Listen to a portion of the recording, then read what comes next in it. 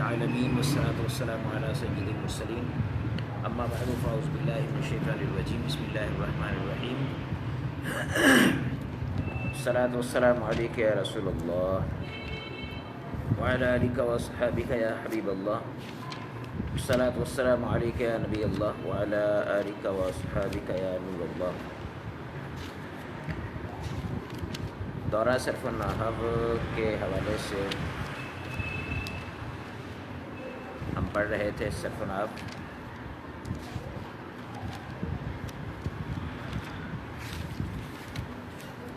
یہ کچھ اسباق ہم نے پڑھ لیے ہیں صرف کے.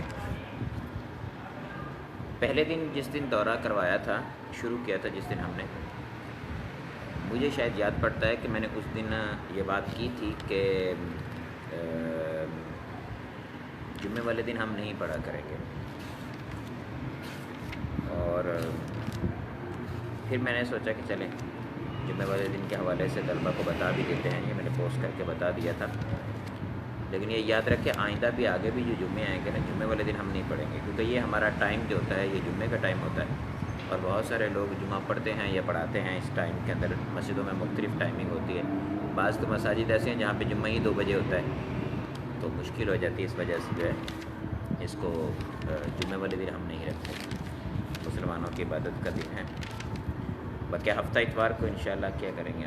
اتوار وغیرہ کو کوئی چھٹی نہیں ہوگی، جمعے کو بھی نہیں ہونی تھی، لیکن جمعے کو چھٹی اس وجہ سے کر رہے ہیں ہم کہ اس دن جمعے کی ترکیب ہوتی ہے. اس مسجد میں جس میں بیٹھا ہوں، اس مسجد میں بھی تقریباً جمعہ جو ہے وہ 1 بجے ہو جاتا ہے. اس میں تو لوگ فارغ ہو جاتے ہیں، اور لیکن تمام نہیں فارغ ہوتے. بسم اللہ الرحمن الرحیم. نصاب الصرف کا سبق نمبر 12 ہے. نون تاکید کی تعریف بیان کر رہے ہیں. کہتے ہیں وہ نون جو فعل مضارع کے آخر میں آتا ہے اور اس کے معنی میں تاکید پیدا کرتا ہے اسے نون تاکید کہتے ہیں. مضارع کے آخر میں آتا ہے اور تاکید پیدا کرتا ہے، کیونکہ مضارع کے آخر میں اور نون بھی آتے ہیں. مضارع کے آخر میں نون نسواں بھی آتا ہے، مضارع کے آخر میں نون اعرابی بھی آتا ہے، لیکن وہ نون جو مضارع کے آخر میں آتا ہے اور اس میں تاکید پیدا کرتا ہے اس نون کو نون تاکید کہتے ہیں. مثال دے رہے ہیں جیسے لیضربن، ضرور ضرور مارے گا وہ ایک مرد. ہاں یہاں پر لیضربن کے ساتھ جو نون آ رہا ہے نون مشدد، یہ نون تاکید ہے. نون تاکید نون مشدد کی صورت میں بھی آتا ہے اور نون مخفف کی صورت میں بھی آتا ہے، یعنی شد کے ساتھ اور بغیر شد کے بھی آتا ہے. جو نون شد کے ساتھ آتا ہے اسے نون جو ہے وہ کہ ثقیلہ کہتے ہیں، اور جو شد کے بغیر آتا ہے اسے نون خفیفہ کہتے ہیں. نوٹ بیان کر رہے ہیں. کہتے ہیں نون تاکید 2 طرح کا ہوتا ہے، مشدد اور ساکن. مشدد کو نون ثقیلہ اور ساکن کو نون خفیفہ کہتے ہیں. نون ثقیلہ کے احکام بیان کر رہے ہیں. کہتے ہیں کہ نون ثقیلہ پر 6 صیغوں میں کسرہ آتا ہے. 4 تثنیہ کے صیغے، 2 جمع مؤنث غائب کے اور 1 حاضر کا صیغہ. ٹھیک ہے، جیسے لیضربانی، لیضربنانی. اب یہ جو 2 صیغے ہیں، اصل مسئلہ یہ ہے کہ وہ صیغے کہ جن میں نون تاکید سے پہلے الف آتی ہے اس صورت کے اندر نون تاکید جو ہے وہ مکسور ہوتا ہے، اور وہ صورت کہ جن میں نون تاکید سے پہلے کسرہ نہیں آتی ہے، دمہ آتی ہے یا فتحہ آتی ہے، ان صورتوں میں نون تاکید جو ہے یہ مفتوح ہوتا ہے. تو لیضربانی جو ہے اس میں الف تثنیہ کے بعد نون تاکید آ رہا ہے، تو اس صورت کے اندر اس کے ساتھ جو ہے وہ اس کے نیچے کسرہ لے کے آئے ہیں. اور اسی طرح سے لیضربنا جو ہے، یضربنا نون نسواں ہوتا ہے تو اس کے ساتھ جب نون لگاتے ہیں تو اس میں بھی الف کو داخل کرتے ہیں، تو لیضربانی بنتا ہے، لیضربنانی بنتا ہے، 2 نون آتے ہیں. یہ الف جو داخل کرتے ہیں نونوں کے درمیان وقفے کے لیے، یہ الف، اس الف کی وجہ سے بھی اس کے آخر میں کسرہ آتی ہے. باقی تمام صیغوں میں فتحہ آتا ہے، جیسے لیضربن، لتضربن، لیضربن. ٹھیک ہے، لتضربن، لأضربن، لنضربن، سبھی کے اندر. نون ثقیلہ کا ماقبل 5 حروف مرفوع صیغوں کے اندر مفتوح ہوتا ہے.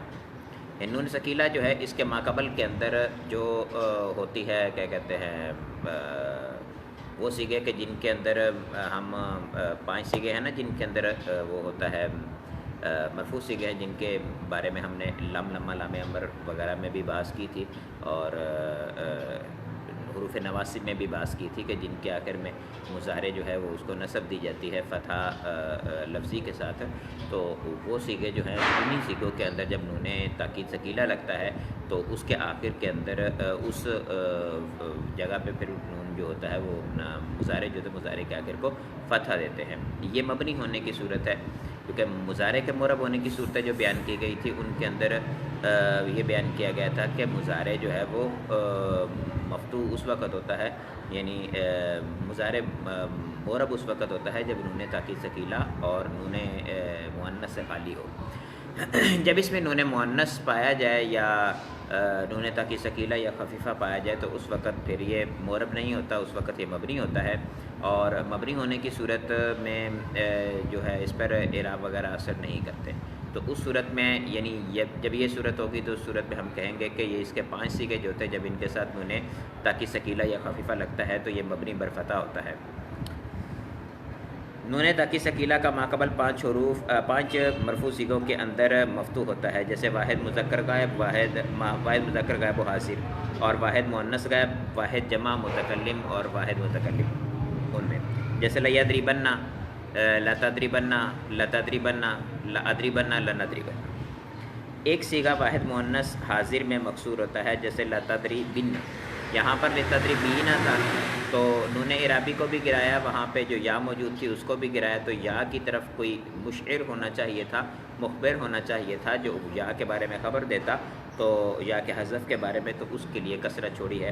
تو لتضربن جو ہے یہ واحد مؤنث حاضر کا صیغہ جو ہے اس کے اندر نون ثقیلہ جو ہے اس کا ماقبل مکسور ہوتا ہے. 2 صیغوں جمع مذکر غائب و حاضر میں مضموم ہوتا ہے، جیسے لیضربن. یہاں پر واو جمع محذوف ہوتی ہے، نون اعرابی بھی گرتا ہے اور اس کے ساتھ ساتھ جو مضارع کے آخر میں واو جمع ہوتی ہے وہ بھی گرتی ہے. تو اس پر اشعار کرنے کے لیے، اس کی خبر دینے کے لیے، اس کے بارے میں بتانے کے لیے، اس کے بارے میں قرینہ انڈیکیٹر دینے کے لیے جو ہے وہاں پر دمہ لگایا جاتا ہے. لیضربن اور لتضربن دونوں کے اندر.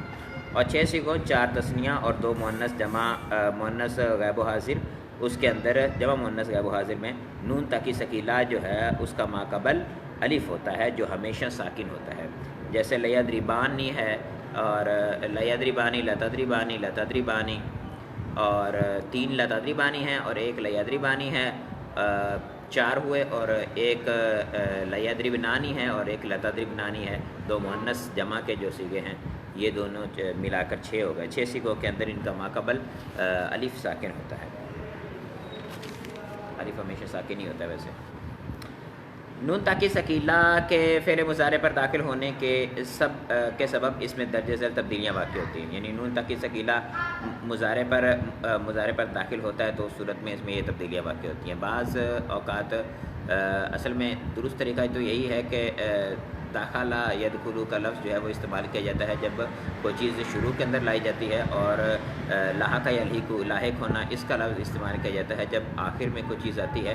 نون تاکید ثقیلہ مضارع کے آخر میں آتا ہے، شروع میں نہیں آتا، اس وجہ سے لحوق کہنا چاہیے تھا، لیکن یہ ایک دوسرے کی جگہ پہ بھی استعمال ہوتے رہتے ہیں، اس وجہ سے کوئی مذائقہ نہیں ہے کہ اگر داخل کرنا بھی کہتے ہیں یا لاحق ہونا بھی کہتے ہیں. تو یہ کہہ رہے ہیں نون تاکید ثقیلہ کے فعل مضارع پر داخل ہونے کے سبب سے اس میں درجہ ذیل تبدیلیاں واقع ہوتی ہیں. 2 صیغے جمع مذکر غائب و حاضر کے آخر میں واو جمع گر جاتی ہے، جیسے میں نے آپ کو بتایا واو جمع بھی گر جاتی ہے، نون اعرابی بھی گر جاتا ہے، کیونکہ معرب نہ رہا تو نون اعرابی بھی چلا جاتا ہے. یفعلون ہے تو اس کے آخر سے جو ہے واو کو گراتے ہیں تو لیفعلن بن جاتا ہے. اسی طرح سے تفعلون ہے تو اس کے آخر سے واو جمع بھی گراتے ہیں اور نون اعرابی گراتے ہیں تو لتفعلن بن جاتا ہے. ایک صیغہ واحد مؤنث غائب کے آخر سے یا گر جاتی ہے، جیسے لتفعلینا تھا. اب لتفعلینا جو ہے اس کے ساتھ یا بھی آ رہی ہے یا مخاطبہ، اور اس کے ساتھ ساتھ نون ہے یہ اعرابی آ رہا ہے، نون اعرابی بھی گرے گا کیونکہ معرب نہ رہا، اور یا بھی گر جائے گی تو تفعلن بن جائے گا، لتفعلن.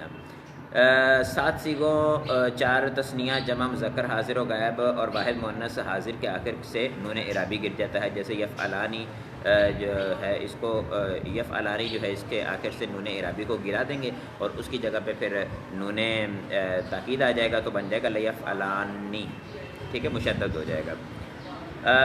5 مرفوع صیغوں کے آخر میں حرف علت واو یا ہو تو وہ برقرار رہتا ہے، اور اگر الف ہو وہ یا سے تبدیل ہو جاتا ہے، جیسے یدعو سے لیدعونا، اور یرمی سے لیرمینا، اور یخشا سے لیخشینا ہو جاتا ہے۔ اچھا، دو صیغوں مؤنث جمع مؤنث و غائب و حاضر کے آخر میں موجود نون ضمیری کے بعد الف کا اضافہ ہو جاتا ہے، جیسے یفعلن اور تفعلن ہے تو ان کے آخر سے اضافہ کر دیا جاتا ہے تو بن جاتا ہے یفعلانی، اور تفعلانی بن جاتا ہے، الف لگا دی جاتی ہے۔ نون تاکید فعل مضارع کے معنی میں تاکید پیدا کرتا ہے اور اسے مستقبل کے ساتھ خاص کر دیتا ہے، جیسے لیفعلن، ضرور ضرور مارے گا وہ ایک مرد، مستقبل کے ساتھ خاص کر دیتا ہے، حال کا معنی اس میں سے ختم ہو جاتا ہے، اور اس کے ساتھ ساتھ کیا کرتا ہے، اس کے اندر تاکید کا معنی پیدا کر دیتا ہے۔ نون خفیفہ جو ہے اس کے احکام کہتے ہیں نون خفیفہ ہمیشہ ساکن ہوتا ہے، کیونکہ نون تاکید ثقیلہ جو ہے اس میں سے جب دوسرے نون کو حذف کر دے تو ایک نون باقی رہ جاتا ہے، اور یہ نون جو ہوتا ہے وہ خفیفہ کہلاتا ہے۔ یہ نون فعل مضارع کے 6 صیغوں یعنی 4 تثنیہ اور 2 جمع مؤنث کے علاوہ باقی 8 صیغوں کے آخر میں آتا ہے۔ اس کے لیے تھوڑی سی تمہید ہے، اس کو آپ ذہن میں رکھیے گا۔ ادغام کی 2 قسمیں ہیں، اپنا اجتماع ساکنین کی 2 قسمیں ہیں، اجتماع ساکنین علی حدہ اور اجتماع ساکنین علی غیر حدہ۔ اجتماع ساکنین علی حدہ جو ہوتا ہے وہ جائز ہوتا ہے، اور اجتماع ساکنین علی غیر حدہ ناجائز ہوتا ہے۔ اجتماع ساکنین علی حدہ جو ہوتا ہے اس کے اندر یہ ہوتا ہے کہ جو ہے وہ حرف مدہ کے بعد اگر مدغم آئے تو یہ اجتماع ساکنین علی حدہ کہلاتا ہے، اور اس کے علاوہ جو ہوتے ہیں اجتماع ساکنین علی غیر حدہ ہوتے ہیں۔ ادغام جو ہوتا ہے اس کے اندر 2 حروف ہوتے ہیں، پہلے حرف کا مدغم، دوسرے حرف کا مدغم فی کہتے ہیں۔ تو مدغم جو ہوتا ہے وہ ہمیشہ ساکن ہوتا ہے، اور مدغم فی جو ہے وہ ہمیشہ متحرک ہوتا ہے۔ کبھی مدغم جو ہے وہ متحرک نہیں ہوتا، اور اسی طرح سے مدغم فی کبھی بھی ساکن نہیں ہو سکتا۔ یہاں پر نون مشدد جب ہم لے کے آتے تھے تو اس وقت اس کے اندر 2 نون تھے، نون تاکید ثقیلہ جو ہے اس میں 2 نون تھے، ایک نون ساکن اور ایک نون جو تھا وہ متحرک تھا، کیونکہ یہاں پر ادغام کی شکل بن رہی ہے، شد کی شکل ہے، شد کی شکل کے اندر 2 نون ہوتے ہیں، اور ایک نون جو ہے وہ ساکن اور دوسرا نون متحرک ہوتا ہے۔ جب ہم نے فعل مضارع کے ساتھ لگایا تو وہ صورتیں وہ وہاں جہاں پر تثنیہ کا صیغہ تھا تو وہاں پر الف تثنیہ ساتھ میں لگی ہوئی تھی، وہاں پر ہم نے جب نون کو لگایا تو مضارع کے ساتھ نون لگا تو وہاں پر اجتماع ساکنن تو ہو رہا تھا کہ نون ساکن ہے پہلا، یعنی جو نون ثقیلہ ہے اس میں 2 نون ہے، پہلا نون ساکن دوسرا متحرک، اور اس کے پیچھے الف بھی ساکن ہے، تو اجتماع ساکنن ہو رہا ہے، لیکن یہ اجتماع ساکنن علی حدہ ہی ہے، اور جو اجتماع ساکنن علی حدہ ہی ہوتا ہے وہ جائز ہوتا ہے، تو اس وجہ سے اس میں ہم نے کہا کہ ٹھیک ہے۔ لیکن جب ہم نے ایک نون کو حذف کر دیا تو ادغام ختم ہو گیا، جب ادغام ختم ہوا تو اس صورت کے اندر اجتماع ساکنین جو ہے وہ نون ساکن آئے گا اور اس سے پہلے الف آئے گا، تو اس صورت کے اندر اجتماع ساکنن علی غیر حدہ کہلائے گا، اور اجتماع ساکنن علی غیر حدہ ہوتا ہے جو ناجائز ہوتا ہے، اس وجہ سے یہاں پر وہ صیغے جن کے آخر کے اندر الف آتی ہے وہاں پر نون تاکید خفیفہ جو ہے وہ نہیں لگتا۔ تو وہ صیغے کہ جن کے آخر میں الف آتی ہے 4 تو وہ تثنیہ کے ہیں، اور 2 جو ہے وہ جمع مؤنث کے تھے، تو ان تینوں کے اندر جو ہے وہ نہیں آتا نون تاکید ثقیلہ، ٹھیک ہے۔ اور اس کے علاوہ بقیہ کے اندر کوئی مسئلہ نہیں ہے، کیونکہ ان سے پہلے کوئی ساکن نہیں ہے، اس وجہ سے وہاں پر وہ آتا ہے۔ یہ بات ذہن میں رکھیے گا اجتماع ساکنن علی حدہ اور علی غیر حدہ کی تقسیم کو، کیونکہ اجتماع ساکنن علی حدہ اور علی غیر حدہ جو ہے یہ آگے بھی بہت ساری جگہوں پر استعمال ہوگا، اور جب طلبہ سے یہ سوال کیا جاتا ہے کہ آپ نے یہاں پر جو ادغام کیا ہے، یعنی 2 ہم جنس حروف آ گئے تو دونوں متحرک، تو پہلے مدہ ہو تو پہلے حرف کی حرکت کو حذف کر کے دوسرے میں ادغام کرنا واجب ہے، تو وہاں ہم پوچھتے ہیں کہ پہلے کی حرکت کو حذف کرے گا تو پھر تو اجتماع ساکنین ہو جائے گا، تو اجتماع ساکنین تو جائز نہیں ہوتا، تو اس کا کیا جواب ہے؟ تو اس کا جواب ان کے پاس کوئی نہیں ہوتا، جبکہ علی حدہ اور علی غیر حدہ کی تفصیل جو ہے وہ بہت ساری کتابوں میں موجود ہوتی ہے کہ اجتماع ساکنین علی حدہ ہی ہے جو کہ جائز ہوتا ہے، اور اجتماع ساکنین علی غیر حدہ ناجائز ہوتا ہے، تمام اجتماع ساکنین جو ہے وہ جائز اپنا ناجائز نہیں ہوتا۔ اسی طرح سے اضمار قبل ذکر کے بارے میں جیسے ہوتا ہے نا کہ تمام اضمار قبل ذکر جو ہے وہ ناجائز نہیں ہوتے، اجتماع اضمار قبل ذکر وہ جو لفظاً بھی ہو اور رتبتاً بھی ہو وہ ناجائز ہوتا ہے، اور وہ اضمار قبل ذکر جو لفظاً ہو رتبتاً نہ ہو تو وہ جائز ہوتا ہے۔ تو کہہ رہے ہیں نون تاکید خفیفہ جو ہے ہمیشہ ساکن ہوتا ہے، یہ نون فعل مضارع کے 6 صیغوں تثنیہ 2 جمع مؤنث کے علاوہ باقی 8 صیغوں کے آخر میں آتا ہے۔ مضارع کے جن صیغوں میں نون خفیفہ آتا ہے یا ان میں اس کی وجہ سے وہی تبدیلیاں واقع ہوتی ہیں جو نون ثقیلہ کی وجہ سے ہوتی ہیں، یعنی ان کے 5 مرفوع صیغے کے ماقبل مفتوح ہو جاتا ہے، اور جو جن کے آخر میں واو جمع آتی ہے وہاں پر واو جمع اور نون اعرابی کو گرا کر وہاں پر ماقبل میں دمہ دیتے ہیں، اور ایک وہ صیغہ یا مخاطبہ والا وہاں پر نون اعرابی کو بھی گراتے ہیں اور ساتھ میں یا مخاطبہ کو بھی گراتے ہیں، تو اس کے ماقبل میں کسرہ دی جاتی ہے یا کی وجہ سے۔ تو وہی تبدیلیاں ساری کی ساری جو ثقیلہ والی تھی وہ وہاں پہ واقع ہوتی ہیں۔ نون تاکید خفیفہ کے ماقبل حرف کی حرکت وہی ہوتی ہے جو نون ثقیلہ کے ماقبل کی ہوتی ہے، ٹھیک ہے، یعنی جیسے میں نے آپ کو عرض کیا ابھی، جیسے لا یضربن، لا تضربن اور لا تضربن، لا تضربن، ٹھیک ہے۔ فائدہ بیان کر رہے ہیں، کہتے ہیں فعل مضارع کے آخر میں نون تاکید ہو تو اس کے شروع میں لام تاکید مفتوح یا لفظ اما آتا ہے۔ یہ ضروری نہیں ہے، واجب نہیں ہے اس کے شروع میں لام تاکید کا آنا، لیکن اکثر طور پر اس کا استعمال یہی ہے کہ اس کے شروع میں لام تاکید آتا ہے، اور جب یہ لام تاکید ہو تو وہاں پر قسم محذوف ہوتی ہے۔ اس کا تذکرہ انشاءاللہ خلاصۃ النحو کے سبق میں آئے گا کہ اس کے شروع میں کس طرح سے قسم کون کون سے مقام پر محذوف ہوتی ہے۔ اس کے بعد فعل امر ہے، فعل امر کے بنانے کی تعریف بیان کر رہے ہیں، کہتے ہیں وہ فعل جس کے ذریعے سے مخاطب سے کوئی کام طلب کیا جائے اسے فعل امر کہتے ہیں، جیسے افعل، ٹھیک ہے۔ بعض تعریفات کے اندر ایسا بھی ہوتا ہے، وہاں لکھا ہوتا ہے کہ وہ فعل جس کے ذریعے سے مخاطب سے علی سبیل الاستعلاء کسی کام کو طلب کیا جائے، وہاں پر مقصد یہ امر نحو والا یعنی صرف والا یعنی صرف اس کا صیغہ بیان کرنا مقصود نہیں ہوتا، یہ بلکہ مقصود یہ ہوتا ہے کہ امر ہم کس کو کہیں گے، کیونکہ امر کی تقسیم کر دیتے ہیں کہ اگر ہم علی سبیل الاستعلاء کسی سے کو بات کام طلب کرتے ہیں، یعنی ہم اس سے بڑے ہیں مرتبے میں اور اس سے ہم چھوٹا ہونے کی وجہ سے اس سے بات کو طلب کرتے ہیں، تو اس صورت کے اندر امر کہلاتا ہے، اور اگر وہ ہم سے بڑا ہے اور ہم اس کی بارگاہ میں عرض کرتے ہیں تو اس کو عرض کہیں گے، اس کو امر نہیں کہیں گے، اور اگر ہم دونوں برابر مرتبے کے ہیں تو اس صورت میں التماس ہوگا، نہ کہ امر ہوگا اور نہ ہی عرض ہوگی۔ لیکن کیونکہ جو اپنا ہے صرف میں تو چونکہ بحث جو ہے وہ کلمے کے صیغے کے اعتبار سے کرنی ہے، تو کلمے کے صیغے کے اعتبار سے تو وہ عرض ہو یا اس صورت میں وہ اپنا التماس ہو، بہر صورت جو ہے ان کا عمل ایک سا ہی ہوگا، اس میں کوئی فرق نہیں ہوگا۔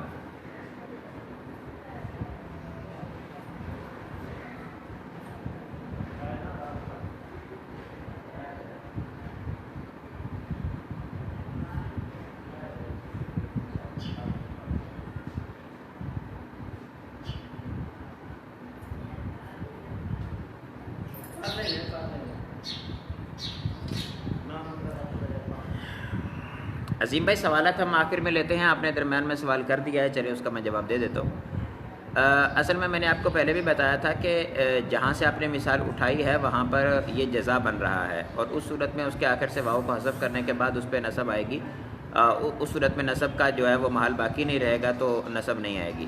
لیکن اگر اکیلا لن ینجو ہے تو وہاں پر لن ینجو آئے گا، وہاں پر زبر نہیں آئے گی اور نہ ہی پیش رہے گا، نہ ہی حرف علت گرے گا۔ حرف علت جو ہے یہ کل ہم نے بحث کی تھی کہ لن جب فعل مضارع پر داخل ہوتا ہے تو اس کے آخر سے حرف علت کو نہیں گراتا بلکہ نصب دیتا ہے، نصب لفظی دیتا ہے۔ اگر اکیلا لکھا ہوا ہے تو ضرور کتابت کی غلطی ہے۔ فعل امر کی دو قسمیں بیان کر رہے ہیں، کہتے ہیں فعل امر معروف اور فعل امر مجہول، ان دونوں کو بنانے کے الگ الگ طریقے ہیں۔ پھر فعل امر حاضر معروف اور امر غیب متکلم معروف بھی الگ الگ طریقے سے بنائے جاتے ہیں، بلکہ آپ یوں کہہ لیجئے کہ فعل امر کی دو قسمیں ہیں، فعل امر حاضر معروف اور فعل امر مجہول غیب متکلم معروف غیب متکلم اور مجہول مطلق، ٹھیک ہے۔ تو فعل مضارع جو فعل امر جو حاضر کا صیغہ ہوتا ہے اس کو بنانے کا طریقہ الگ ہے، اور فعل مجہول سے بنانا ہو تو مطلقاً، اور فعل معروف سے بنانا ہو تو غیب و متکلم جو ہیں ان کے بنانے کا طریقہ مختلف ہے۔ ان کے بنانے کا طریقہ مختلف کیا ہونا ہے وہ ہم جب جوازم مضارع پڑھے تھے تو اس کے اندر ہم نے اس کی بحث کر لی تھی کہ لام امر داخل ہوگا تو اس کے اندر جو آخر میں تبدیلیاں واقع ہوں گی وہ کیا ہوں گی. لام امر داخل یعنی ان کے اوپر جو غائب متکلم ہیں کے صیغے ہیں یا پھر جو ہے وہ مجہول ہے تو ان پہ جو مضارع کے اوپر ہم لام امر کو داخل کر کے امر والا معنی لیتے ہیں. اور لام امر جو ہے وہ آخر کو جزم دیتا ہے تو 5 مرفوع صیغوں کے اوپر جزم آئے گی, اور جن کے آخر میں نون رابی آتا ہے وہاں پر نون رابی گر کے جزم آئے گی, اور وہ صیغے کے جن کے آخر میں نون نسوہ آتا ہے اس میں کوئی تبدیلی نہیں ہوگی. اور اگر وہ فعل ناقص ہوگا تو اس کے آخر سے حرف علت جو ہے وہ گر جائے گا 5 صیغوں کے اندر. تو یہ بحث ہم نے وہاں پر پڑھ لی تھی, تو وہی صورتحال یہاں پر ساری کی ساری ہوگی. رہا فعل معروف تو فرماتے ہیں کہ فعل مضارع حاضر معروف سے علامت مضارع تا کو حذف کر دیتے ہیں. علامت مضارع تا کیونکہ فعل امر حاضر معروف جو ہے وہ فعل مضارع کے جو حاضر کے صیغے ہیں 6 انہی صیغوں سے بنتا ہے. ان کے شروع میں علامت مضارع کو ہم حذف کر دیں گے. علامت مضارع کو حذف کرنے کے بعد ہم دیکھیں گے کہ فعل مضارع جو ہے اس کا حرف علامت مضارع کے بعد فا کلمہ جو ہے وہ متحرک ہے یا ساکن ہے. اگر متحرک ہے تو اس کو ایسے ہی چھوڑ دیا جائے گا, اگر ساکن ہے تو اس کے شروع کے اندر ہم حمزہ وصلی لگائیں گے, اور پھر اس کے عین کلمہ کو دیکھیں گے کہ اس کا عین کلمہ جو ہے وہ حمزہ وہ عین کلمہ جو ہے ما قبل آخر کلمہ کہہ لیں آپ اس کو. ما قبل آخر جو حرف ہے وہ اس پہ کسرہ یا فتحہ آ رہی ہو تو اس صورت میں جو نون اعرابی ہے اس کو بھی کسرہ دیں گے, اور اگر اس کے آخر جو ما قبل آخر لفظ ہے اس پر دمہ آ رہی ہے تو اس صورت میں اس کو بھی دمہ دیتے ہیں, اور آخر جو ہے اس کو ساکن کر دیں گے. تو یہ امر بنانے کا سادہ سا طریقہ ہے. یہاں بیان کر رہے ہیں, کہتے ہیں فعل مضارع امر حاضر معروف سے علامت مضارع تا کو حذف کر دیتے ہیں. آخر میں حرف علت یا نون رابی ہو تو اسے گرا دیتے ہیں, ورنہ اسے ساکن کر دیتے ہیں. جیسے تقی ہے, تقی کا لفظ جو ہے اس میں یہ بقا یقی سے صیغہ واحد مذکر حاضر ہے تقی, اس کے شروع سے علامت مضارع کو حذف کریں گے اور اس کے آخر میں ہم دیں گے دمہ, آخر میں ہم دیں گے اس کے جزم.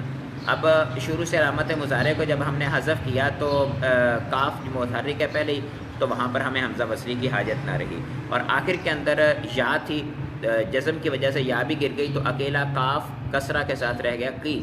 یہ قرآن پاک کی آیت کریمہ نا وقینا عذاب النار, تو یہاں پر کی جو ہے یہ امر ہے واقعی, ٹھیک ہے, وقینا یہاں پر کی جو ہے یہ امر ہے تو کی بچ جائے گا. اسی طرح سے تقیانی ہے تو یہاں پر تا حذف ہو گیا, اگر سے نون رابی حذف ہوگا تو کیا بن جائے گا. اسی طرح سے تاداؤ وعدہ یاداؤ ہوتا ہے تو وہاں پر بھی وعدہ یاداؤ میں تاداؤ صیغہ واحد مذکر حاضر کا صیغہ ہے, تو وہاں پر جب ہم تا کو حذف کریں گے تو اس کے بعد دعات متحرک ہے تو وہاں پر کوئی سکون نہیں, یعنی حمزہ وصلی کی حاجت نہیں ہوگی, اور آخر کو ساکن کریں گے تو دا بن جائے گا, ٹھیک ہے. اور اگر ضرب یضربو سے ہم بات کریں تو یضرب تضربو ہے تو اس میں تا کو حذف کریں, اس کے بعد حمزہ وصلی کو لگائیں تا کی جگہ پہ, اور جو ہے آخر کو ساکن کریں. تو عین کلمہ کو دیکھیں تو وہ مکسور ہے تو اس صورت میں حمزہ وصلی کو بھی کسرہ دیں گے تو بن جائے گا ادرب, ٹھیک ہے. اسی طرح سے ناصر ینصرو سے ہے تو اس میں ہم تا کو حذف کریں تنصرو میں تو نون حذف ہو جائے گا اور تا حذف ہو جائے گی, اس کے بعد نون ساکن ہے تو وہاں پہ ہم حمزہ وصلی لگائیں گے, آخر کو ساکن کریں گے, اور عین کلمہ کو دیکھیں تو وہ مضموم ہے تو ہم حمزہ وصلی کو بھی دمہ دیں گے تو انصر بن جائے گا. فرما رہے ہیں اگر علامت مضارع کے بعد والا حرف فا کلمہ ساکن ہو تو شروع میں حمزہ وصلی لائیں گے, اور پھر اگر مضارع کا عین کلمہ مضموم ہو تو حمزہ وصلی کو دمہ ورنہ کسرہ دیں گے. جیسے تنصر سے انصر, تضربو سے ادرب, اور تفتحو سے افتح.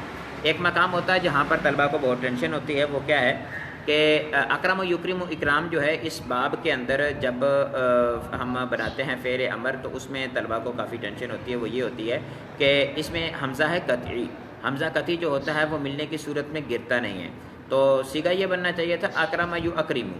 اب یہ اصل میں یو اکرم ہی تھا, اور یو اکرم چلتا چلتا چلتا چلتا جب گیا نا مضارع کے اندر واحد متکلم کے اندر تو وہاں پر اکرم تھا, یہاں پر ایک حمزہ کو تخفیفاً حذف کیا گیا 2 حمزوں کے اکٹھے ہونے کی وجہ سے. اب پھر اسی کی مناسبت سے پوری گردان میں سے حذف کر دیا گیا مضارع کے.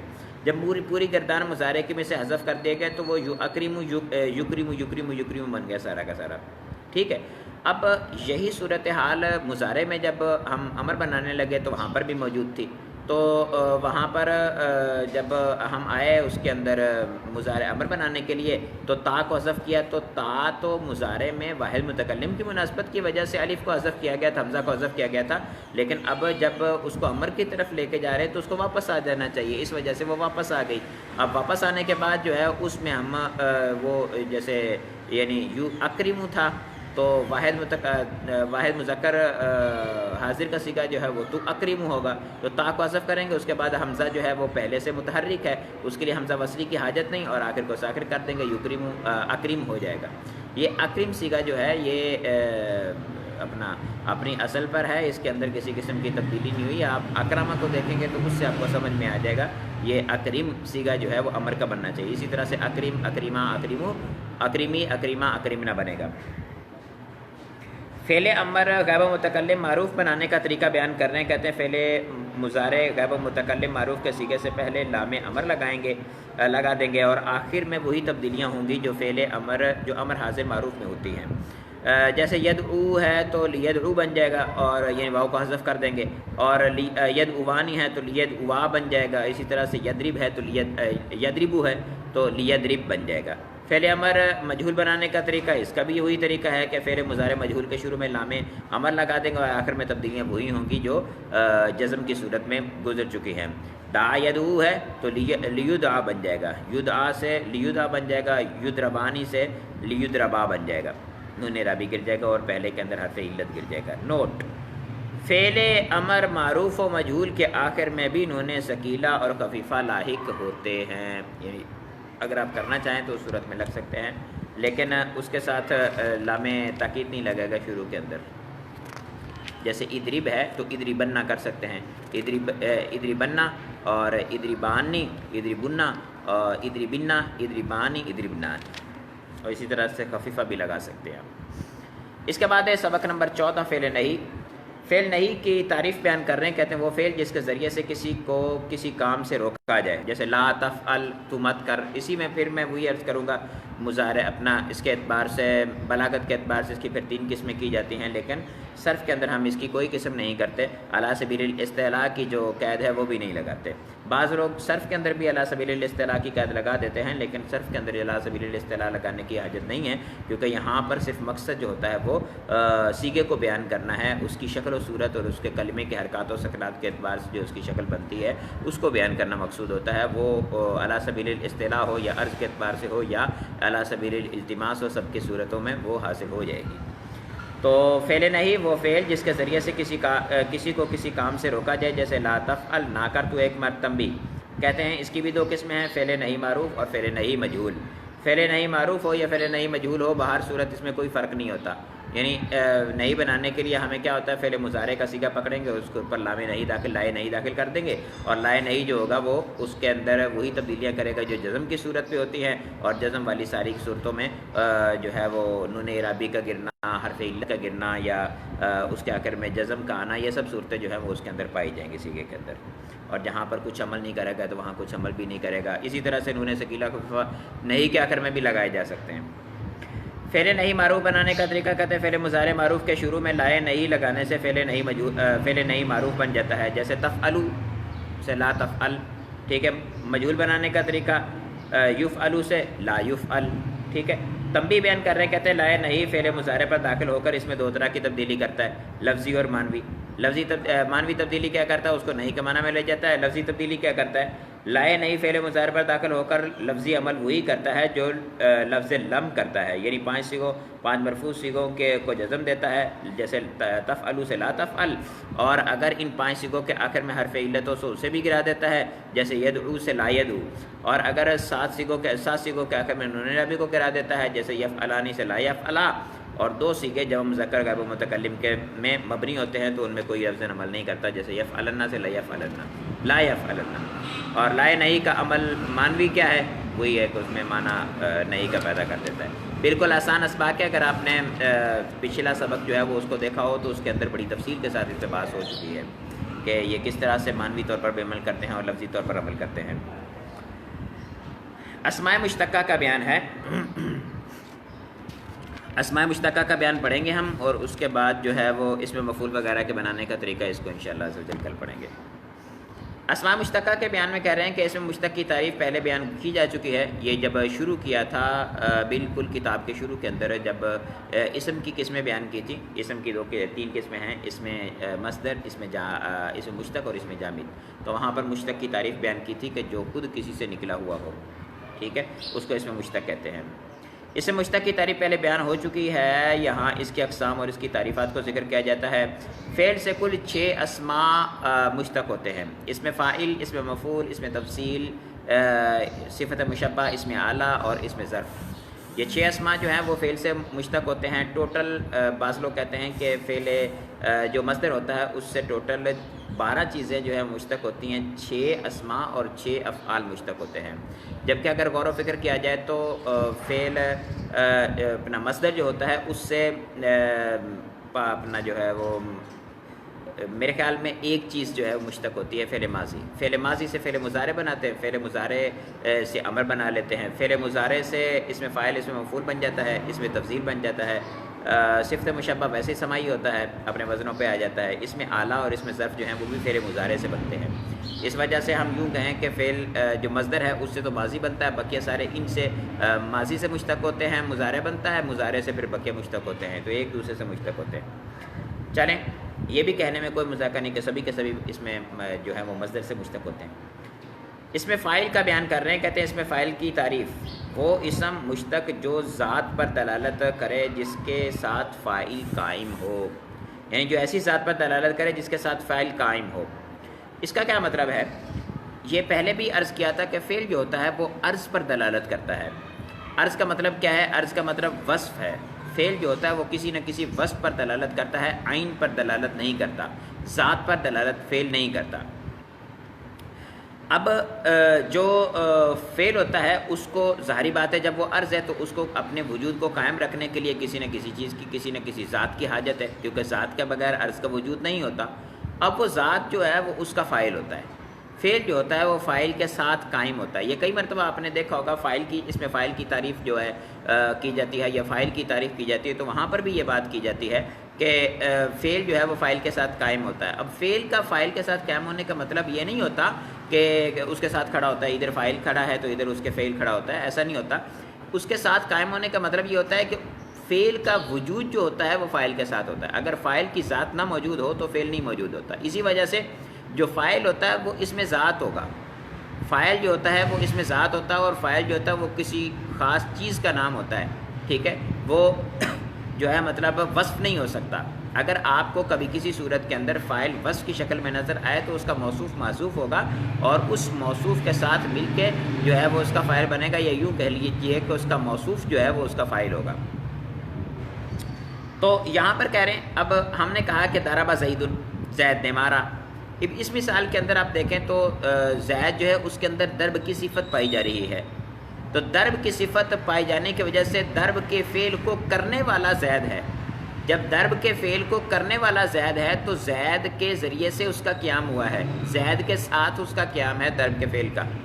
تو زید پر دلالت کرنے کے لیے، یعنی ضرب کا فعل کرنے والا ہے، اس معنی پر دلالت کرنے کے لیے جو صیغہ ہم بنائیں گے اس صیغہ کو کہیں گے اس میں فاعل.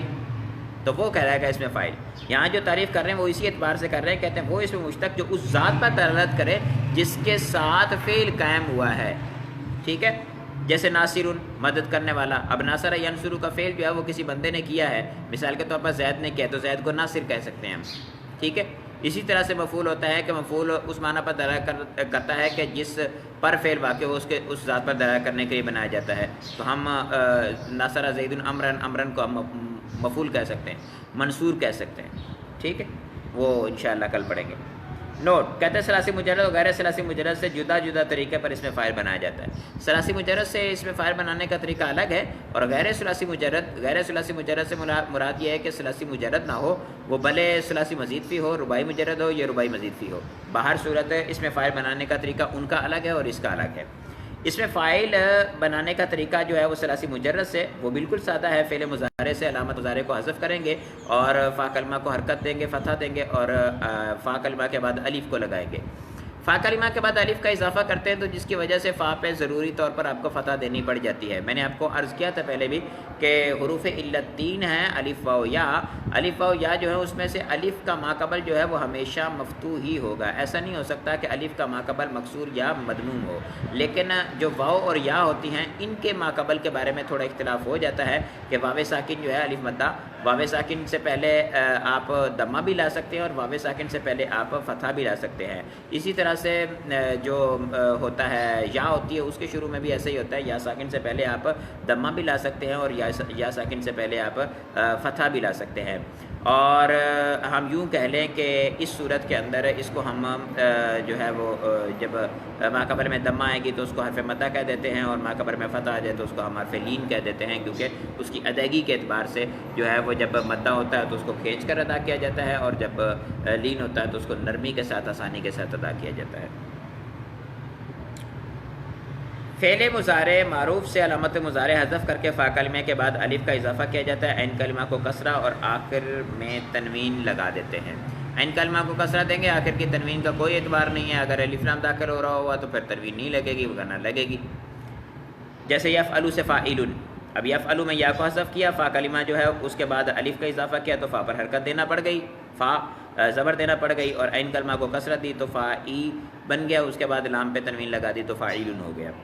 غیر ثلاثی مجرد سے بنانے کا طریقہ اس سے بھی آسان ہے۔ غیر ثلاثی مجرد سے بنانے کا طریقہ یہ علامت مضارع کو حذف کر کے اس کی جگہ پہ میم مضموم لگائیں گے، ٹھیک ہے۔ اچھا یہ معروف کے صیغوں سے بنتا ہے، اس میں فاعل معروف کے صیغوں سے بنتا ہے ہمیشہ، یہ یاد رکھیے گا، اس میں فاعل ہمیشہ معروف کے صیغوں سے بنتا ہے، اسی وجہ سے جب ہم اس کو شبہ فعل کے طور پر لیتے ہیں تو اس کے اندر سے فاعل نکالتے ہیں، نائب الفاعل نہیں نکالتے، تو اس میں فاعل ہمیشہ مرفوع معروف کے صیغوں سے بنتا ہے۔ تو شروع سے میم مضموم کو حذف کریں، علامت مضارع کو حذف کریں گے اور میم مضموم لگائیں گے، اور آخری جو حرف ہے اس پہ تنوین دیں گے اور ما قبل آخر کو ہم کسرہ دے دیں گے تو یہ اس میں فاعل بن جائے گا۔ اب جون سا بھی صیغہ ہوگا کسی بھی غیر ثلاثی مجرد سے آپ اٹھا لیں، سب کے اندر سے بن سکتا ہے، یعنی آپ مزید فی میں استنصرہ جو ہے اس سے یستنصر ہے، یستنصر سے آپ بنانا چاہتے ہیں تو آپ علامت مضارع کو حذف کریں اور میم لگائیں، میم مضموم، ما قبل آخر کو کسرہ دے، آخر میں تنوین دے تو مستنصرون بن جائے گا، ٹھیک ہے۔ اسی طرح سے اجتنابہ ہے، اس سے یجتنبو، اور یجتنبو میں آپ علامت مضارع کو حذف کریں، میم مضموم لگائیں، آخر میں آپ تنوین دیں، ما قبل آخر کو کسرہ دے تو مجتنبون بن جائے گا۔ اسی طرح سے تقبلہ ہے، اس سے تو آپ علامت مضارع یا تکبر ہوئے، اس سے علامت مضارع کو حذف کریں، میم مضموم لگائیں، ما قبل آخر کو تنوین دیں، ما قبل آخر کو کسرہ اور آخری حرف کو تنوین دیں تو متقبلون بن جائے گا۔ اسی طرح سے آپ ربائی کے اندر آ جائیے، دہراجہ ہے تو یا تو دہراجو ہے، دہراجہ یودہری جو ہے، یودہری جو ہے علامت مضارع کو حذف کریں، میم مضموم لگائیں، ما قبل آخر کو کسرہ دیں اور آخری حرف کو تنوین دیں تو مدہریجن بن جائے گا۔ اسی طرح سے یا دہراجو ہے تو آپ علامت مضارع کو حذف کریں اور میم مضموم لگائیں، ما قبل آخر کو کسرہ دیں اور آخری حرف کو تنوین دے دیں تو متدہریجن بن جائے گا، ٹھیک ہے۔ اسی طرح سے جو ہے وہ احرنجامہ ہے تو اس میں آپ یحرنجمو ہے تو محرنجمون بن جائے گا، علامت مضارع حذف کریں، میم مضموم لگائیں، ما قبل آخر کو کسرہ دیں اور آخری حرف کو تنوین دے دیں۔ تو مضارع معروف سے علامت مضارع حذف کر کے اس کی جگہ میم مضموم لگا دیں، آخر کے ما قبل کو کسرہ اور آخری حرف میں تنوین لگا دیں۔ فائدہ کہتے ہیں وہ فعل کے جس میں حرفہ اور پیشہ کے معنی پایا جاتا ہوں اس سے اس میں فاعل کا صیغہ فعال کے وزن پر مشتق کیا جاتا ہے، فعال کے وزن پر اس میں فاعل کا صیغہ مشتق کیا جاتا ہے جو آپ اس میں فاعل کے معنی پر دلالت کرتا ہے، لیکن حقیقت میں وہ پیشے کے لیے اس میں سے مشتق کیا جاتا ہے۔ جیسے خات یقیتوں کا معنی ہوتا ہے سینہ، سلائی کرنا سوئی وغیرہ کے ذریعے سے، خات یقیتو، خیتن دھاگے کو کہتے ہیں، سوئی اور دھاگے سے سلائی کرنا، تو خیاط اس بندے کو کہتے ہیں جو سلائی کرتا ہے، درزی، ٹھیک ہے۔ اسی طرح سے خبز روٹی کو کہتے ہیں تو اس سے خباز روٹی بنانے والا، ٹھیک ہے۔ اسی طرح سے بنا یبنی، اس کا مطلب ہوتا ہے بلڈنگ تعمیر کرنا، تو اس سے بننا کہتے ہیں اس بندے کو جو معمار ہوتا ہے، جو ہمارے ہاں معمار کہا جاتا ہے اس کو، ہمارے اپنا جو ہے اس کے اندر پنجاب کے اندر اس کو مستری کہتے ہیں ہم، تو بننا کہتے ہیں اسے۔ اس کے بعد کہہ رہے ہیں کہ فاعل کا صیغہ نسبت کے لیے بھی آتا ہے، جیسے تعمیر کھجور والا، لابن دودھ والا۔ اب تعمیر تمر سے بنا ہے، تمر مصدر نہیں ہے، تمر اس میں جامد ہے، تو اس میں جامد سے کبھی فاعل بنا لیا جائے، فاعل کے وزن پر لے آئیں اور اس کی طرف نسبت کے لیے، تو اس کو فاعل ذی قضا کہتے ہیں، تو اسی طرح لبن دودھ جو ہے یہ بھی جامد ہے، اس سے آپ نے اس میں فاعل بنا لیا تو اس کو لابن کہیں گے، یہ فاعل ذی کا کہلائے گا۔ نیز نسبت کے لیے اس میں جامد سے جو صیغہ فعال کے وزن پر بنایا جائے وہ بھی اسی قبیل سے ہے، جیسے بقالاتن کہتے ہیں اس کو سبزی کو، تو بقال سبزی والے کو کہتے ہیں۔ اسی طرح سے تمرن کھجور کو کہتے ہیں، تو تمار کھجور بیچنے والے کو کہتے ہیں۔ لبن دودھ کو کہتے ہیں، اور لبان دودھ دوہنے والا یا دودھ بیچنے والا دونوں کو کہتے ہیں۔ اس کے بعد کہہ رہے ہیں کہ عادات میں فاعل کا صیغہ مرتبہ کے لیے بھی آتا ہے، جیسے خامسن، عاشرن، جو گنتی میں 5ویں یا 10ویں نمبر پر ہیں ان کے لیے بیان ہوتا ہے۔ یعنی اگر ہمارے پاس 10 افراد موجود ہیں تو اس میں جو 5واں بندہ ہے اس کو ہم کہیں کہ یہ 5واں ہیں تو ھذا خامس، ٹھیک ہے، اور یہ 10واں ہے تو ھذا عاشر، یہ 7واں ہے تو ھذا سابع، اور یہ 6واں ہے تو ھذا سادس، ٹھیک ہے، تو اس وزن پر آئے گا، فاعل کے وزن پر۔ مرکبات میں مرتبے کے لیے پہلے جز کو اس میں فاعل کے وزن پر لا کر دوسرے جز کو اس کی حالت پر چھوڑ دیتے ہیں، جیسے ہادی عشر، یعنی وہ اپنا اسماء عدد کے جن کے اندر مرکب ہوتے ہیں، یعنی وہ عشر سے مرکب ہوں، 20 سے ہوں، 30 سے ہوں، 50 سے ہوں، جتنے بھی یعنی دہائیاں ہیں ان سے مرکب ہوں، یا اپنا ہے 100 ہے اور 1000 ہے، ان سے مرکب ہوں، تو ان کے ساتھ جو ہے وہ جب ہم لگاتے ہیں اس میں عدد کو، تو پہلا جو جز ہوتا ہے اس کو ہم اس میں فاعل کے وزن پر لے آتے ہیں، تو اس سے وہ فاعل والا معنی دے دیتا ہے، مرتبے والا معنی دے دیتا ہے۔ عشراتن کے بعد عقود یعنی دہائیوں میں ایک ہی صیغہ عدد اور مرتبہ دونوں کے لیے استعمال ہوتا ہے، جیسے عشرون، یعنی جو دہائیاں ہوتی ہیں ان کے اندر عشرون کو عاشرون نہیں کرتے ہم، عشرون جو ہے یہ اپنی حالت پر قائم رہتا ہے، اس میں کوئی تبدیلی نہیں ہوتی، یہ دونوں معنوں کے لیے استعمال ہوتا ہے۔ قرینہ ہمیں بتاتا ہے کہ اب ہم نے اس کو کس معنی کے لیے استعمال کرنا ہے، ٹھیک ہے جی۔ ہمارا اس میں اسماء مشتقہ میں اس میں فاعل کا جو ہے وہ سبق مکمل ہو چکا، کل انشاءاللہ عز و جل جو ہے وہ ہم اس میں ظرف تک جو ہے اس کو مکمل کر لیں گے، ہمارے کافی اسباق اس میں سے مکمل ہو جائیں گے۔ آج یہ خلاصۃ النحو کی طرف، اگر ہماری صرف جلدی ختم ہو بھی گئی تو ہم جو ہے وہ اس کو سارا کا سارا ٹائم جو ہے وہ خلاصۃ النحو میں لگا سکتے ہیں بعد میں جب ہمارے پاس اس کا وقت بچ جائے گا۔ آج جملہ اسمی اور جملہ فعلیہ کی بحث ہے۔ جملہ اسمی اور جملہ فعلیہ کی بحث بڑے غور سے سننے والی ہے، کیونکہ یہ مین ٹاپک ہیں نحو کے۔ الدرس ثامن 8واں سبق ہے، جملہ فعلیہ کا بیان کر رہے ہیں، کہتے ہیں جس جملے کا پہلا جز فعل ہو اسے جملہ فعلیہ کہتے ہیں، جیسے قال اللہ کتب صوم۔ اب قال اللہ جو ہے اس کے اندر پہلا جز فعل ہے قالا، اور اس کے بعد اس کا فاعل آ رہا ہے، اسی طرح سے کتب صوم میں کتب فعل ہے اور اس کے بعد صوم آ رہا ہے، تو اس کا مطلب ہے یہ جملہ فعلیہ ہے۔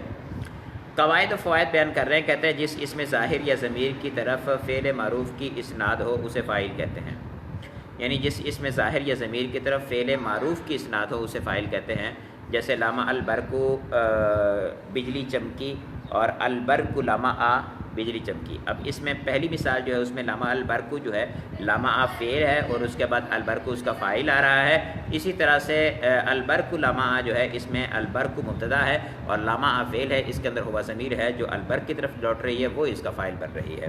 یعنی انہوں نے کہا تھا نا کہ وہ اسم جو ظاہر یا ضمیر کی طرف فعل معروف کی اسناد ہو اسے فاعل کہتے ہیں۔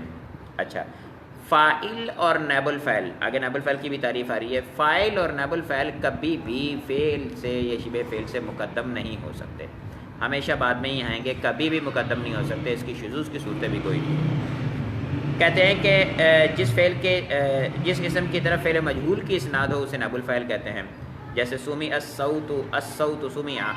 اب سمع الصوت جو ہے اس میں سمع فعل مجہول ہے، تو الصوت جو اس کے بعد آ رہا ہے حالت رفعی کے اندر، اس کو ہم اس کا نائب الفاعل بنائیں گے۔ اسی طرح سے الصوت سمع، اس میں الصوت مبتدا ہو جائے گا اور سمع فعل اس میں ہوا ضمیر، اس کا نائب الفاعل راجع بسوئے صوت ہو جائے گا، یعنی صوت کی طرف لوٹے گی۔ اس کے بعد فرما رہے ہیں کہ فعل کے بعد اگر کوئی ایسا اسم ہو جو فاعل یا نائب الفاعل بن سکتا ہو تو وہی فاعل یا نائب الفاعل ہوگا، یعنی اس کے بعد کوئی ایسا اسم ہو جو اس بات کی صلاحیت رکھتا ہے کہ وہ اس کا فاعل یا نائب الفاعل بن سکتا ہے، تو اسی کو فاعل یا نائب الفاعل بنا لیں گے، وگرنہ کیا کریں گے، پھر ہم کو ضمیر نکالیں گے جو ماقبل کی طرف لوٹائیں گے، ٹھیک ہے، ورنہ فعل میں موجود ضمیر کو فاعل یا نائب الفاعل بنائیں گے۔ جیسے زید الناصرہ، اب اس مثال میں زید الناصرہ ہے، زید پہلے آ گیا، ناصرہ کے بعد تو کوئی ہے ہی نہیں جو فعل معروف ہے تو اس کا فاعل بنے، تو اس صورت کے اندر اس کے اندر سے ہم ضمیر نکال لیں گے، ہوا ضمیر مستتر جس کو ہم زید کی طرف لوٹا دیں گے۔ اسی طرح سے زید النصیرہ، اب اس مثال کے اندر زید ہے اور اس کے بعد نصیرہ فعل مجہول آ رہا ہے. فعل مجہول جو ہوتا ہے اس کے لیے ہمیں چاہیے نائب الفاعل، اور نائب الفاعل موجود نہیں ہے تو ہم اس کے اندر سے ضمیر نکال لیں گے جو اس کا نائب الفاعل بنے گی. اس کے بعد فرما رہے ہیں فاعل اور نائب الفاعل دونوں ہمیشہ مرفوع ہوتے ہیں. شاہدہ، کفا جو ہے اس کا فاعل جو اس پر حرف جر بعد داخل ہوتا ہے، کفا باللہ شہیدہ. اب اس مثال کے اندر کفا جو ہے اس کا فاعل ہے باللہ، یہ ایک شاذ صورت ہے، اس کے علاوہ ایسا نہیں ہوتا. فاعل اور نائب الفاعل دونوں ہمیشہ مرفوع ہوتے ہیں.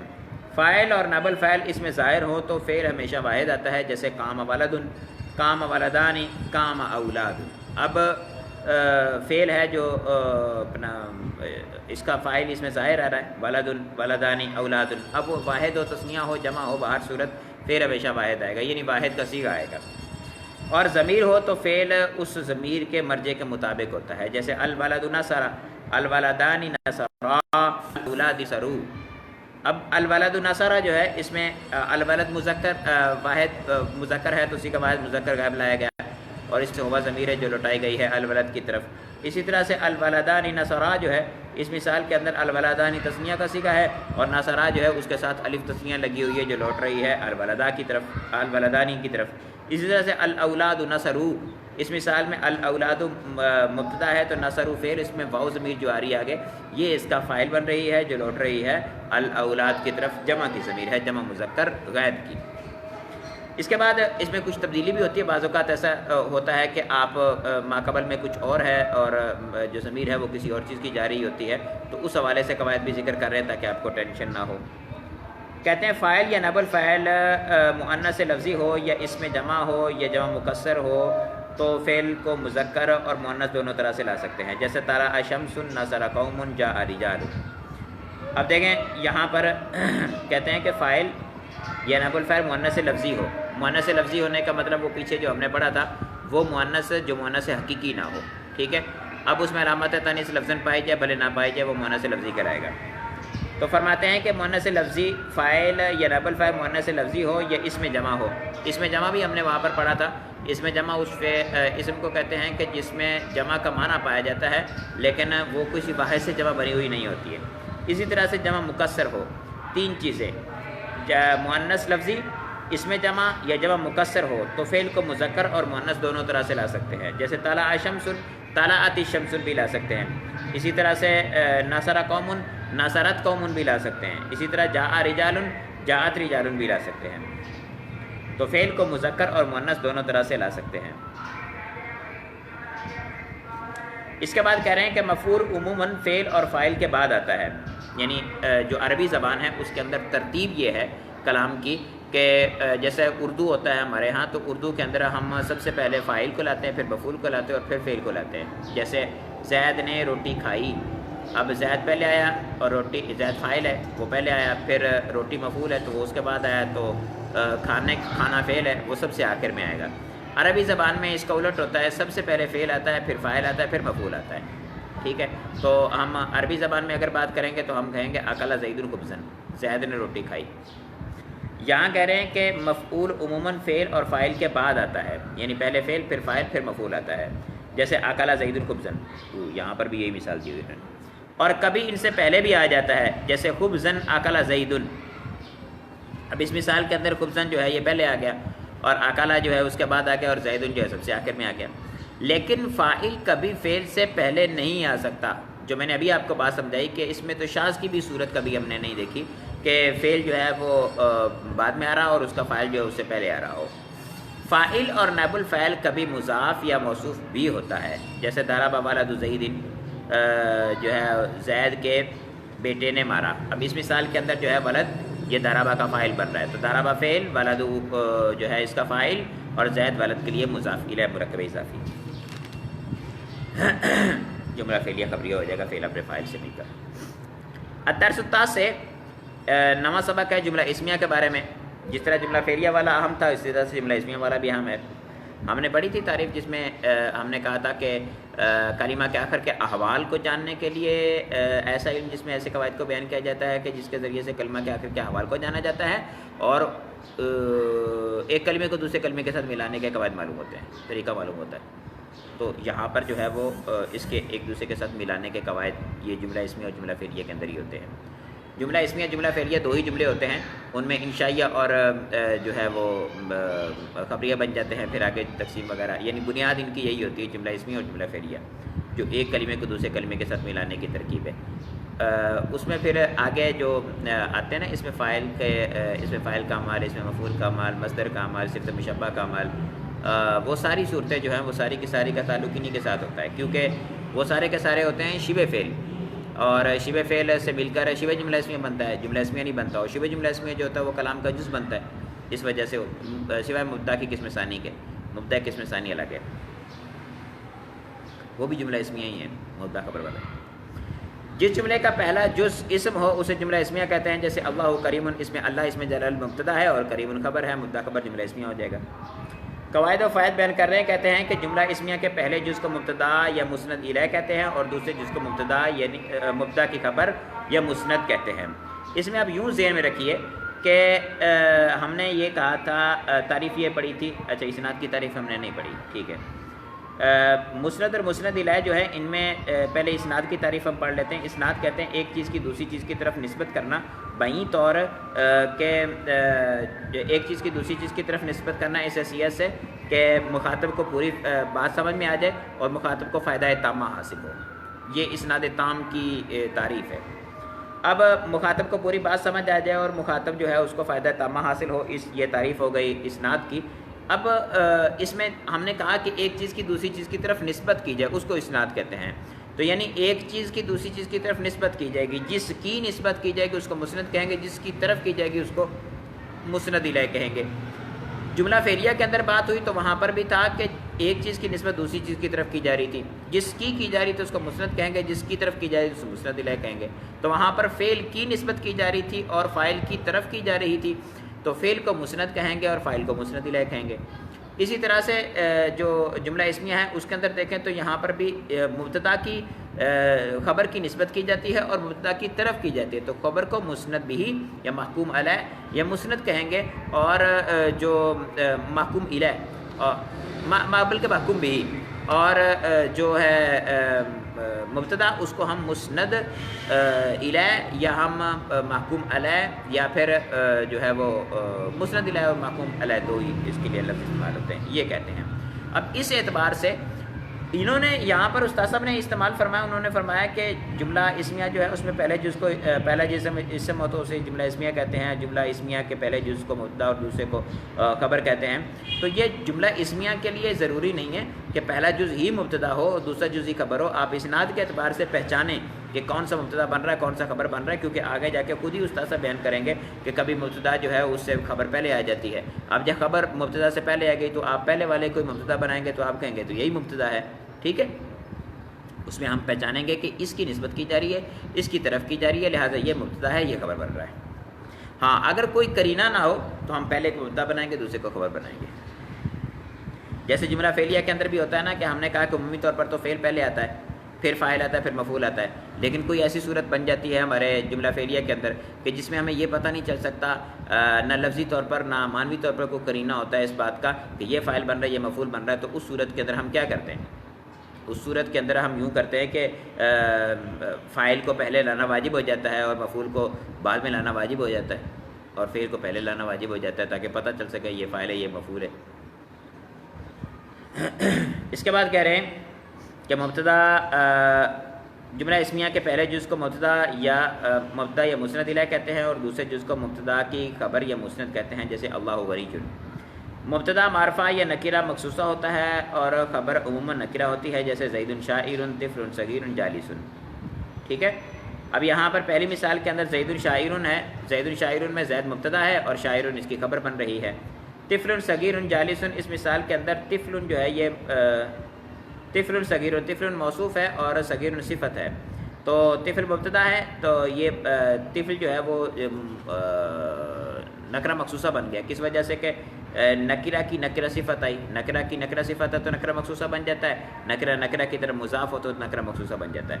تو طفل صغیر موصوف صفت ہے، نکرہ کی نکرہ صفت آ رہی ہے تو اس صورت میں نکرہ مخصوصہ بن گیا، یہ مبتدا بن جائے گا اور جالس اس کی خبر بن جائے گی.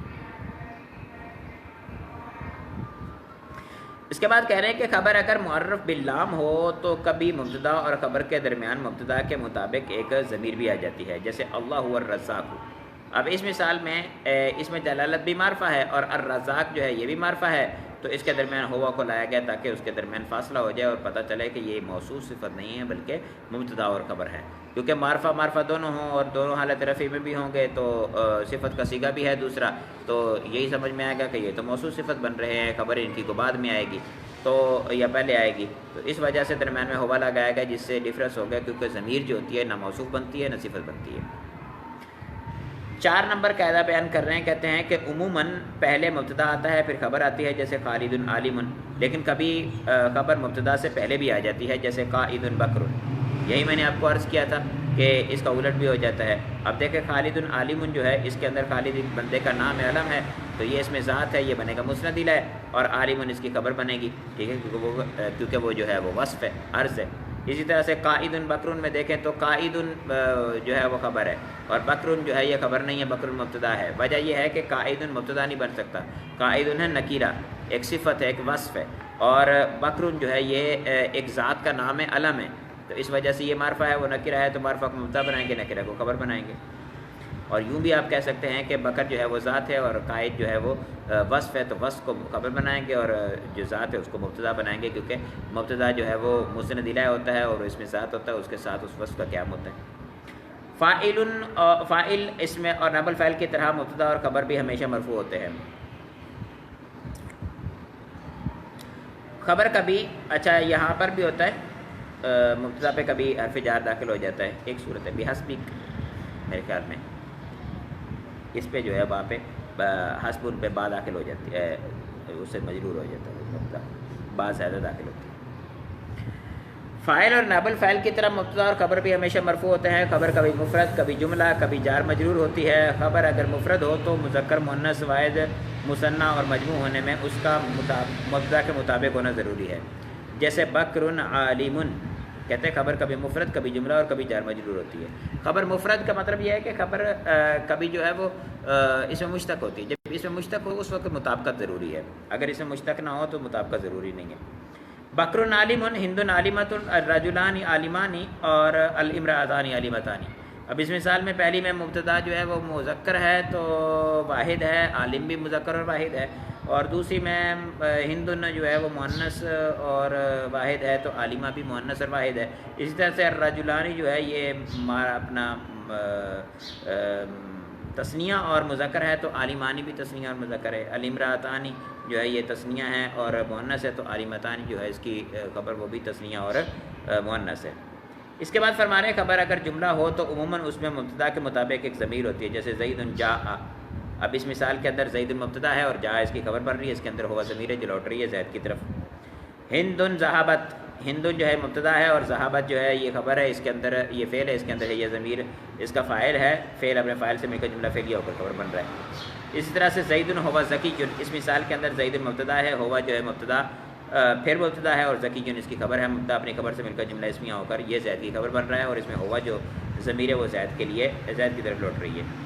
اسی طرح سے ہندن ہی ذکیۃ جو ہے اس میں ہندن مبتدا ہے اور ہے مبتدا پھر دوبارہ اور ذکیۃ جو ہے یہ خبر بن رہی ہے، اور ہے مبتدا سے مل کر ذکیہ مبتدا خبر ہو کر جملہ اسمیہ ہو کر یہ پھر ہندن کی خبر بن جائیں گے، اور ہندن جو ہے اس کی طرف ہے ضمیر لوٹ رہی ہے. اس کے بعد کہہ رہے ہیں کہ خبر اگر جار مجرور ہو تو وہ ایسے فعل یہ شبہ فعل معذوف کے متعلق ہوگی جو مذکر مؤنث واحد مثنی اور مجموع ہونے میں مبتدا کے مطابق ہو، جیسے زید فی الدار. یہ یاد رکھیے کہ ظرف اور جار مجرور جو ہوتے ہیں یہ کبھی بھی خبر نہیں بنتے. اس کی وجہ یہ ہوتی ہے کہ یہ وصف ہوتے ہیں اور وصف کو اپنے وجود کے لیے کسی ذات کی حاجت ہوتی ہے، تو اس وجہ سے اس کا کسی اور صفت کے ساتھ تعلق ہو کے، کیونکہ یہ بیان کرتے ہیں زمانہ یا جگہ بیان کرتے ہیں، تو ظاہری بات ہے زمانہ یا جگہ جو ہے وہ کسی کام کے واقع ہونے کی بیان کی جائے گی نا، تو اس کام کو بھی ساتھ میں ذکر کرنا ضروری ہوتا ہے، اس وجہ سے اس کے ساتھ اس کے کسی متعلق کو بیان کرنا ضروری ہوتا ہے. لیکن اگر لفظ میں موجود ہو تو ٹھیک ہے، اگر لفظ میں موجود نہ ہو تو ہم مقدر نکالتے ہیں. تو اسی کی طرف اشارہ کرتے ہوئے فرما رہے ہیں کہ اگر اور خبر اگر جار مجرور ہو تو وہ ایسے فعل یا شبہ فعل محذوف کے متعلق ہوگی جو مذکر، مؤنث، واحد، مثنیٰ اور مجموع ہونے میں مبتدا کے مطابق ہوگی. اب زید فی الدار ہے، اب زید فی الدار میں ہم موجود نکال لیں یا ثابت نکال لیں یا ثابتہ نکال لیں، باہر صورت جو ہے وہ زید کے مطابق ہوگی. اب زید جو ہے یہ واحد ہے، مذکر ہے، تو ہم یہاں پر زید ثابتہ فی الدار نکال سکتے ہیں، زید ثابت فی الدار نکال سکتے ہیں، زید موجود فی الدار نکال سکتے ہیں. زید ثابتا نہیں نکال سکتے، زید ثابتو نہیں نکال سکتے، ٹھیک ہے، جمع نہیں نکال سکتے، تثنیہ نہیں نکال سکتے. اسی طرح سے ثابتانی، ثابتتن اور ثابتون یہ ہم الفاظ نہیں نکال سکتے. اسی طرح سے موجودتن ہم نہیں نکال سکتے، موجودانی، موجودون یہ نہیں نکال سکتے، بلکہ زید کے مطابق ہی جو نکالیں گے وہ نکالیں گے. اور نکرہ نکالیں گے کیونکہ اس کو ہم نے خبر بنانا ہے. مبتدا اگر غیر عاقل کی یا مؤنث عاقل کی جمع مکسر ہو تو خبر واحد مؤنث یا جمع مؤنث آتی ہے، جیسے الجبال شامخات. اب مبتدا اگر غیر عاقل یعنی غیر ذوی العقول، اس کے بارے میں نے کل بھی بتایا تھا کہ غیر ذوی العقول سے مراد جو ہے وہ انسان، جن اور فرشتوں کے علاوہ جتنی بھی مخلوق ہے وہ ساری کی ساری غیر ذوی العقول ہے، اور انسان، جن اور فرشتے جو ہے ان کو ذوی العقول کہتے ہیں یعنی عاقل. مبتدا اگر غیر عاقل کی یا مؤنث عاقل کی جمع مکسر ہو، یا تو غیر عاقل کی ہو، اب وہ مذکر ہو یا مؤنث ہو، اور اگر عاقل ہے تو پھر مؤنث کی جمع ہو اور جمع بھی مکسر ہو، تو اس صورت میں خبر واحد مؤنث یا جمع مؤنث آتی ہے. یعنی واحد مؤنث بھی لا سکتے ہیں، جمع مؤنث بھی لا سکتے ہیں. جیسے الجبال شامخات، الجبال شامخات دونوں طرح سے آ سکتا ہے. الجبال شامخات کا مطلب بلند پہاڑ، اور الجبال شامخات اس کا مطلب بھی بلند پہاڑ. اسی طرح سے النساء عاقلۃ، النساء عاقلات. الجبال جو تھا یہ غیر ذوی العقول کی جمع مکسر تھی، اور النساء جو ہے یہ ذوی العقول کی جمع مکسر ہے. اس کے بعد فرما رہے مبتدا اگر مذکر عاقل کی جمع مکسر ہو تو خبر واحد مؤنث یا جمع مذکر آتی ہے، جیسے الرجال عالمۃ یا العلماء. ٹھیک ہے. اب اس مثال میں دیکھیں کہ مبتدا کے بارے میں ان کا مذکر عاقل کی جمع مکسر ہو تو خبر واحد مؤنث یا جمع مذکر آتی ہے. یہ جو ہم نے کل قواعد پڑھے تھے صفت موصوف کے، تو وہاں پر جو ہم نے صورتحال پڑھی تھی بیانی، وہ ساری صورتحال یہاں پر بھی ہے، وہی کہتے ہیں. وہی مطلب بھی ہے جو میں نے کہا تھا کہ اس کو ہم جماعت ان کی تعبیر میں لے جاتے ہیں، تو اس کے اعتبار سے ہم اس میں بناتے ہیں. اب الرجال عالمۃ، الرجال کو ہم جماعت ان کے معنی میں لے لیں تو جماعت عالمۃ، الجماعت عالمۃ بن جائے گا. تو اس صورت میں ٹھیک ہے عالمۃ واحد مؤنث لانا، لیکن ہم الرجال کا اعتبار کریں، جماعت کا اعتبار نہ کریں، تو اس صورت کے اندر عالمۃ کی بجائے علماء آنی پڑے گی، جماعت لانی پڑے گی، اپنا جو ہے وہ خبر لانی پڑے گی. جملہ خبریہ اور جملہ انشائیہ کا بیان ہے. یہ چھوٹا سا سبق ہے، اس کے اندر صرف انہوں نے جملہ خبریہ اور جملہ انشائیہ بیان کیے ہیں. میں نے آپ کو جملہ خبریہ اور جملہ انشائیہ کے حوالے سے تھوڑی تفصیل بیان کی تھی، وہ میں دوبارہ عرض کر دیتا ہوں. جملہ خبریہ اور جملہ انشائیہ کے بارے میں آپ اپنے ذہن میں یہ بات رکھیں کہ ہم جب بھی کلام کرتے ہیں تو ہمارے کلام کے اندر ایک نسبت پائی جاتی ہے، اس کو نسبت کلامیہ کہتے ہیں. اس نسبت کلامیہ کا خارج کے ساتھ بھی تعلق ہوتا ہے، بعض اوقات ہوتا ہے اور بعض اوقات نہیں ہوتا. ہم مثال کے طور پر میں ابھی پڑھا رہا ہوں اور کوئی بندہ اس بات کی خبر دیتا ہے کہ میں پڑھا رہا ہوں، تو اس صورت میں وہ بندہ جو خبر دے رہا ہے اس کی جو خبر ہے وہ میں جو پڑھا رہا ہوں، یہ میں خارج میں پڑھا رہا ہوں، تو یہ خارج میں جو میرے ساتھ پڑھانے کی نسبت ہے اس کے اندر اس نے جو کلام میں میرے ساتھ نسبت کی ہے، تو وہ اس کی کلامی نسبت میری اس خارجی نسبت کے مطابق ہے. اگر وہ کہتا ہے کہ تم نہیں پڑھا رہے ہو اور میں پڑھا رہا ہوں، اس صورت میں یہ جھوٹ ہو جائے گا.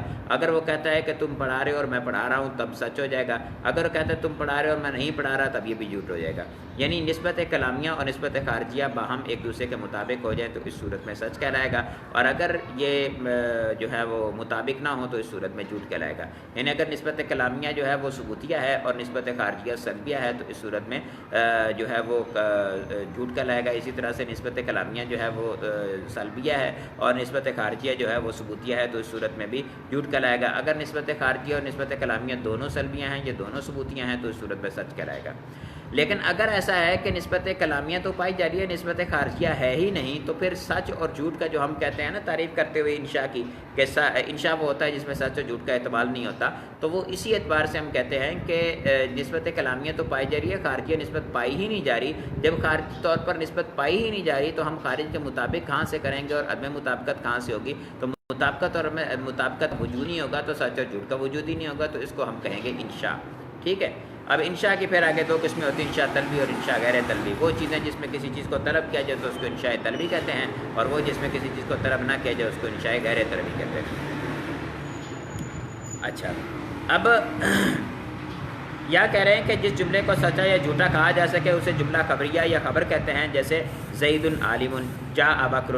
اب زید کا عالم ہونا جو ہے اس کے بارے میں ہم خبر دیں گے تو خارج کے اندر بھی اس کی نسبت پائی جانی ضروری ہے کہ زید عالم ہو، خارج کے اندر زید کے ساتھ علم کے وصف پایا جاتا ہے تو یہ ہمارا قول کہنا ٹھیک ہو جائے گا۔ اور اگر خارج کے اندر زید کے ساتھ علم کا وصف نہیں پایا جاتا، عالم ہونے کا وصف اس کے ساتھ نہیں پایا جاتا، تو اس صورت کے اندر ہم زید کے لیے جو کہہ رہے ہیں کہ زید عالم، یہ جملہ ہمارا جھوٹا ہو جائے گا، کیونکہ نسبت خارجیہ جو ہے نسبت کلامیہ کے مطابق نہیں ہے۔ اسی طرح سے جاء بکر، بکر آ گیا ہے، اس مثال کے اندر آپ جب کہہ رہے ہیں جاء بکر، بکر آ گیا ہے، اس صورت میں خارج میں دیکھیں کہ بکر آ چکا ہے تو اس صورت میں جو جملہ ٹھیک ہے، اگر نہیں آیا تو جملہ جھوٹ ہو جائے گا۔ اسی طرح کہہ رہے ہیں کہ جس جملے کو سچا یا جھوٹا نہ کہا جا سکے اسے جملہ انشائیہ یا انشاء کہتے ہیں، جیسے من ہوا وہ کون ہے۔ اب بندہ کہتا ہے کہ من ہوا وہ کون ہے، یعنی اس کے ساتھ استفہام کی نسبت کی ہے ہم نے کہ وہ کون ہے۔ اب بندہ بتائے گا کہ یہ فلاں بندہ ہے تو پھر خارج کے اندر اس کے ذات کے ساتھ نسبت کسی چیز کی جائے گی۔ ابھی تو اس کے ذات کے ساتھ کسی چیز کی نسبت نہیں کی جا رہی ہے نا، تو نسبت کلامیہ پائی جا رہی ہے، نسبت خارجیہ نہیں پائی جا رہی۔ یہ جو من کے ساتھ ہم نے ہوا کی نسبت کی ہے، اس کے ذریعے سے تو ایک سوال کا انشاء ہو رہا ہے، ایک سوال پیدا ہو رہا ہے، حقیقت کے اندر خارج کے اندر اس کی کوئی نسبت نہیں پائی جا رہی، اس وجہ سے اس کو انشاء کہتے ہیں۔ اسی طرح سے حل ذہب خالد، کیا خالد چلا گیا۔ اب اس مثال کے اندر ہم اگر کہیں کہ ذہب خالد، خالد چلا گیا، تو خالد کے خارج کے اندر پائے جانے والی نسبت جو ہے اس کے ساتھ ہم اپنے کلام کی نسبت کی مطابقت کر رہے ہیں، لیکن ہم سوال کر رہے ہیں کہ حل ذہب خالد، کیا خالد چلا گیا ہے۔ اب اس مثال کے اندر اگر آپ دیکھیں تو ہم اس کے ساتھ اس جو خارجی نسبت ہے اور جو ہماری کلامی نسبت ہے، اس کلامی نسبت کو اس کی خارجی نسبت کے ساتھ ہم مطابقت نہیں دے رہے، نہ ثبوت کے اعتبار سے نہ عدم ثبوت کے اعتبار سے، بلکہ ہم تو سوال کر رہے ہیں کہ کیا اس کے ساتھ ثابت ہے یا نہیں ہے۔ تو اس کا مطلب ہے ابھی خارج میں نسبت جو پائی جا رہی ہے اس کے ساتھ ہم مطابقت کے بارے میں سوال نہیں کر رہے، اس وجہ سے جو اس کے ساتھ مطابقت جو ہے اس کے بارے میں ہم خبر نہیں دے رہے، لہٰذا وہ خبر نہیں ہوگی بلکہ انشاء ہوگی، سوال پیدا ہو رہا ہے تو انشاء ہوگی۔ جملہ انشائیہ کا اقسام بیان کر رہے ہیں، کہتے ہیں جملہ انشائیہ کی کئی قسمیں ہیں، جن میں سے بعض یہاں پر چند قسمیں بیان کی انہوں نے۔ امر وہ جملہ کہ جس میں کسی کام کا حکم دیا جائے جیسے انصر، نہیں وہ جملہ جس میں کسی کام سے روکا جائے جیسے لا تکفر، استفہام وہ جملہ جس میں سوال کیا جائے جیسے اجاء زید۔ انصر کا مطلب تو مدد کر، لا تکفر کا مطلب تو مت مدد کر، اجاء زید کیا زید جو ہے وہ آیا ہے۔ تمنی وہ جملہ کہ جس میں کوئی آرزو کی گئی ہو جیسے لیت زید فاز، کاش زید جو ہے وہ کامیاب ہو جاتا۔ ترجی وہ جملہ کہ جس میں کوئی امید کی گئی ہو جیسے لعل زید جاء، شاید زید آ گیا ہے۔ اسی طرح سے عقود وہ جملہ کہ جس سے کوئی عقد کیا جائے جیسے بعت یا نکحت۔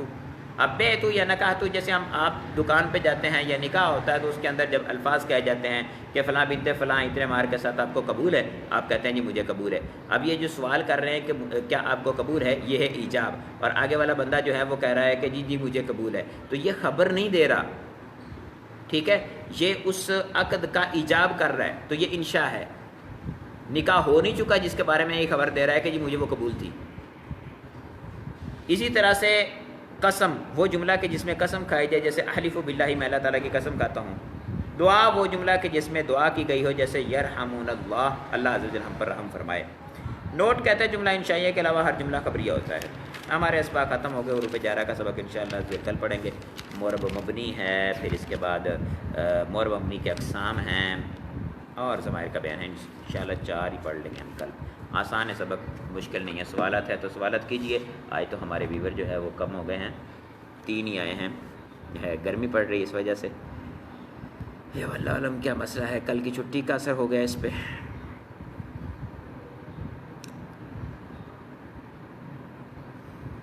جی کسی قسم کا سوال ہے یا نہیں ہے؟ اگر نہیں ہے تو 3 بندے نو لکھ دیں۔ میرات بھائی سعد ہیں اور قاری مجاہد 12ویں۔ مجاہد باروی. جی بہادر بھائی کل آپ غیر حاضر رہے ہیں جمعرات کو. کہہ رہے ہیں کہ مضارع معرب ہے لیکن جمع مؤنث غائب حاضر مبنی کیوں ہیں؟ مشابہت کی بنا پہ ان کو اعراب دیا تھا. میں نے آپ کو یہ بتایا بھی تھا کہ جو افعال ہوتے ہیں ان کے اندر اصل اعراب اصل بنا ہوتی ہے، یعنی اصل میں مبنی ہوتے ہیں. تو وہ صیغے جو اس کے ساتھ مشابہت رکھتے ہیں اس میں فاعل کے ساتھ، تو ان کے اندر ان کو ہم نے معرب کر لیا، اور وہ صیغے جو معرب اسے مشابہت نہیں رکھتے ان کو مبنی رکھا ہوا ہے، تو اس وجہ سے مبنی ہے.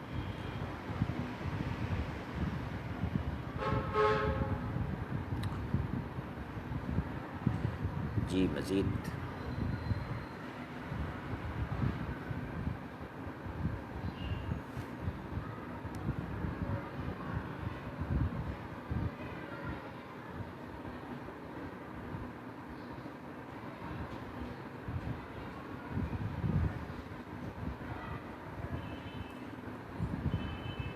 اس میں مشتقات نحو و صرف دونوں میں فرق بیان کریں. اس میں مشتقات جو ہم اس میں مشتق جو ہوتے ہیں نا، اس کے نحو کے اندر جب بحث کرتے ہیں تو نحو کے اندر ہم اس حوالے سے بحث کرتے ہیں کہ وہ مشتق کس سے ہو رہا ہے اور کس طرح سے اس کا صیغہ بنے گا. جب ہم نحو کے اندر اس کی بحث کرتے ہیں تو اس میں یہ بحث نہیں کرتے کہ وہ مشتق کس سے ہوگا اور کس طرح کا اس کا صیغہ آئے گا. بعضوں کا ضمنی طور پر بتا دیا جاتا ہے لیکن اس کا نحو کے ساتھ تعلق نہیں ہوتا، وہ صرفی بحث ہے. نحو کے اندر اس بات سے بحث کی جاتی ہے کہ اس کے معمول کون کون سے ہوں گے، وہ کس کس کو رفع دے گا، کس کو نصب دے گا، اور عمل کس طرح سے ہوگا، مضاف کی صورت میں ہوگا یا مضاف کے بغیر ہوگا، جملہ کون سا بنے گا، مرکب ناقص ہوگا یا مرکب تام ہوگا وغیرہ. ان چیزوں کی بحث وہاں پر کی جاتی ہے. شہزاد بھائی جی کہتے ہیں سر جی اگر مستقبل میں کوئی خواہش کی جائے تو اس کے لیے بھی لعلہ لگائیں گے. مستقبل میں ہی خواہش کی جاتی ہے، یعنی مستقبل میں کاش ایسا ہو جائے، مستقبل میں ہی تو کی جاتی ہے. لیکن لیتا لگایا جاتا ہے، لعلہ شاید کے معنی کے لیے لگایا جاتا ہے. خواہش کے لیے لعلہ نہیں لگاتے، لیتا لگاتے تمنی کے لیے. یہ تمنی ہوتی ہے نا، مستقبل میں خواہش تمنی ہوتی ہے، اور تمنی جو ہے اس کے لیے لیتا لگتا ہے، لعلہ نہیں لگتا. لعلہ جو ہوتا ہے یہ ترجی کے لیے لگتا ہے، امید کے لیے لگتا ہے.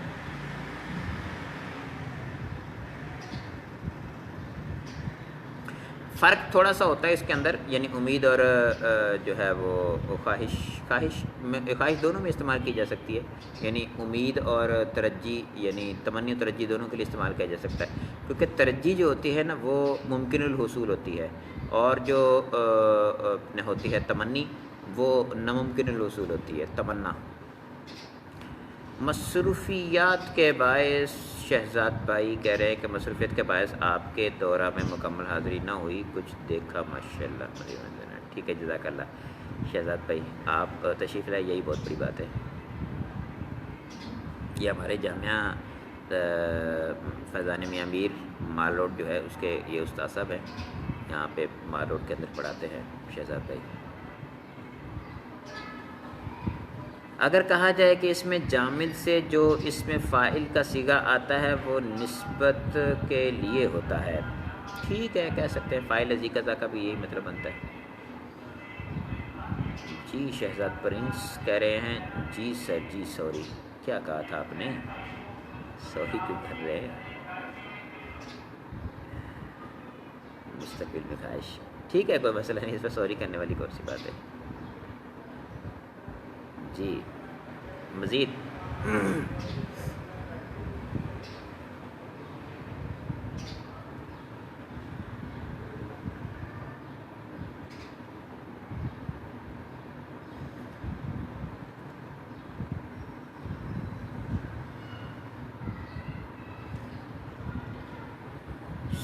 سعد بھائی کہہ رہے ہیں کہ جا یہم ہوا زید عالم، اس میں ہم ضمیر جمع کیوں آئی ہے؟ سعد بھائی جزاک اللہ، آپ تشریف لائے، اللہ تعالیٰ آپ کو سلامت رکھے. یہاں پر جو ایوم ہے یہ بحث ہے اپنا کیا کہیں گے اس کو، اس میں موصول کی انشاءاللہ اس میں موصول میں آئیں گے تو وہاں پر اس پہ بات کریں گے کہ یہ ایہم میں ضمیر کیوں آتی ہے اور پھر جمع کی ضمیر کیوں آتی ہے، ایہا یا ایہو کیوں نہیں آتی، اس کو انشاءاللہ وہاں بیان کریں گے۔